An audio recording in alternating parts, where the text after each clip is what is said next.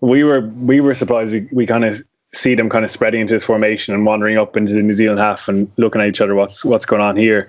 But if you think about it, really, for the Kiwis, it must have been a strange experience as well, because they, like, all across their eye line, there's just white jerseys, and that kind of, I think you're right there, Owen, that kind of summed up the defensive performance, because in their peripheral vision all the time there was someone shooting, there was someone hammering up to put pressure on them and just making them doubt themselves. And I thought it was a pretty cool thing to do before the match. You were so right, though. You said after they did it, now they got to back this up, and they did it with the start, obviously.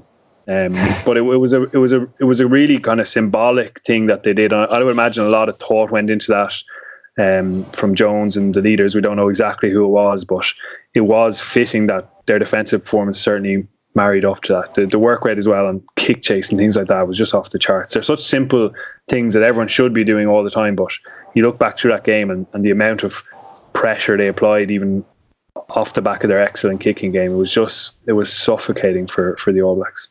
You're dead right, Murray, and I think we might touch on their kicking maybe a little bit later, but what New Zealand are renowned for is their counter-attack, and what allows their counter-attack to perform so well is their frontline defenders anticipate the kick early and are kind of in retreat mode before the kick has even taken place. But England's kick chase was actually outworking New Zealand's retreat the entire game. So they were beating New Zealand's retreat back to the point of where the kick landed.